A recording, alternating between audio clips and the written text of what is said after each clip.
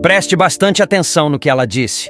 Você entrou no quarto. Fiz o que a Bíblia diz em Mateus 6,6, sem saber que existia isso em Mateus 6,6. Fiz uma coisa que tá na Bíblia sem saber. O quê? Quando orares, entra no teu quarto, fechando a tua porta, ora o teu pai, que vê tudo que tá em secreto. Então o teu pai te recompensará. O teu pai que vem em secreto. Tranquei a porta do meu quarto e comecei todos os dias. Depois que eu chegava do trabalho, eu trancava a porta do quarto. E começava a falar, porque meu trabalho terminava às 4 da tarde, eu pegava a minha filha na escola às 5:30. Então eu tinha esse tempo. Tranquei a porta do quarto e comecei a falar, Deus. Não sabia que Jesus era Deus. Só que comecei a falar com Deus. Deus, eu sei que você existe. E agora eu sei que o diabo existe. A minha amiga sempre falou do diabo. E eu nunca acreditei. Agora eu quero saber o resto dessa história. E eu falava com Deus com ousadia. Revoltada, porque eu falei... Peraí, quer dizer que a Andréia fala que Jesus é Deus? A Andréia fala que a Bíblia é verdade? E se o resto dessa história for verdade, eu tô por fora. E se o diabo existe, mesmo o inferno existe, Jesus? Não falei de Jesus, né? Eu falei em Jesus agora. Eu falei, Deus. Eu não acreditava em Jesus. Aí eu falei, eu quero saber a verdade. Mas eu comecei a falar isso todo dia. Todo dia. Eu fiquei por 15 dias fazendo isso. Um dia, depois de 15 dias. Se eu chorar, vocês não se assustam. Porque é difícil contar. Porque eu tenho que lembrar. E se eu lembrar, às vezes eu revivo. Então dá vontade de chorar. Então se eu chorar, vocês não se assustem não, tá bom? Vou tentar contar sem chorar. 2 semanas mais ou menos. Eu não lembro exatamente quanto tempo. Foi de 10 dias a 15. Não sei quanto tempo. Eu estava sentada na minha cama. Encostada na cabeceira da cama. Com as pernas esticadas, vestida pra dormir. Minha filha dormindo, eu no meu quarto sozinha. Esticada, eu tinha uma cama de casal, esticada com a coberta assim na cintura. E um caderno que eu tinha de desabafo. Eu sempre tive cadernos de desabafo. Fiz terapia há anos. E eu tava escrevendo uma carta pra Deus. Eu já tava cansada de falar e eu comecei a escrever, não falar.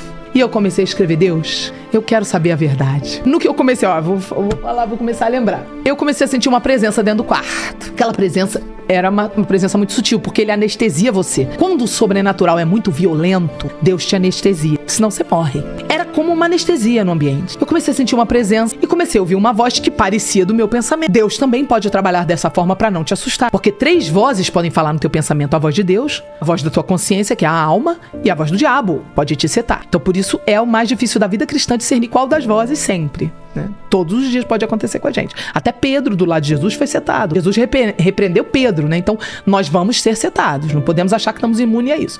Então eu não sabia nada disso que eu tô te contando. Tava ali e uma voz começou a falar suave.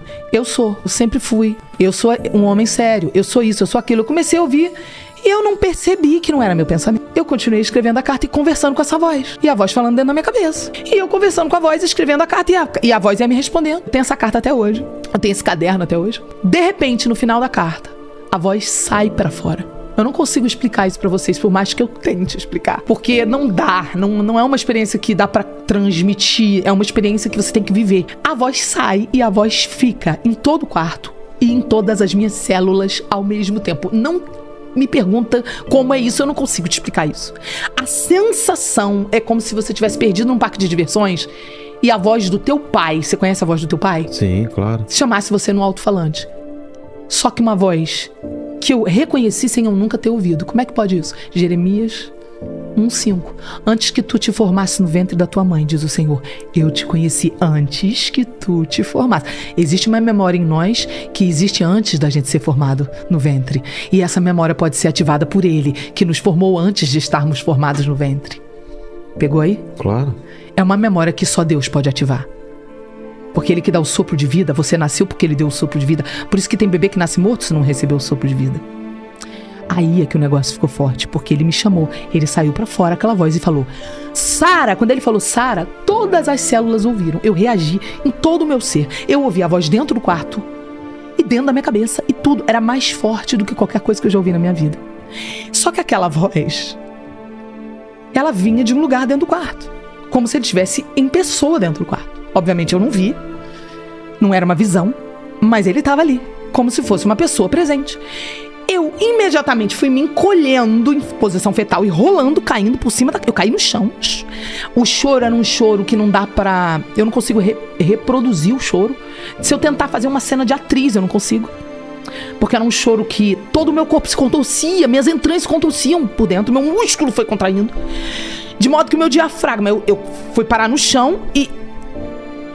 eu senti aquela presença dele como se fosse física, se aproximando e falando comigo. Ele foi falando assim, ele foi me respondendo todas as perguntas, que ele era Deus, que ele havia vindo à Terra como homem, que ele havia morrido na cruz, que ele havia ressuscitado dos mortos, que a Bíblia era verdade. Todas as perguntas que eu fazia durante aqueles dias. Ele foi me falando e ia se aproximando, e eu fui sentindo aquela presença se aproximar, como se fosse a gente se aproximar da fogueira. Sim. Você vai se aproximando da fogueira, chega um limite que você ainda não tá tocando no fogo, mas você não consegue dar mais nenhum passo, Sim. porque ele começa a arder de queimar. É. Era uma sensação parecida, mas não era fogo, era amor consumidor. Eu não consigo explicar isso pra você, você tem que viver isso. Eu não consigo te explicar o que é isso que eu senti. Era amor consumidor. Eu sei o que você fala. O amor, se eu lembrar, eu vou chorar. Eu tenho que tentar. Eu senti alguma coisa parecida, esse calor é um uma amor coisa que parece. estranha.